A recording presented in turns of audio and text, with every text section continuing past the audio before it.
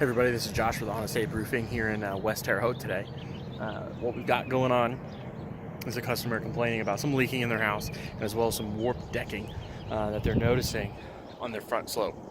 Now, a lot of things can contribute to that, but in this case, what we've got going on is we have one single box vent ventilating the entire roof.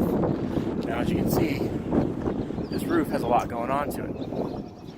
When you have a roof this size, any size for that matter, one box vent is not going to provide the exhaust system that you need to pull out moisture and to keep your roofing system lasting long and getting rid of all that moisture that builds up in your attic space.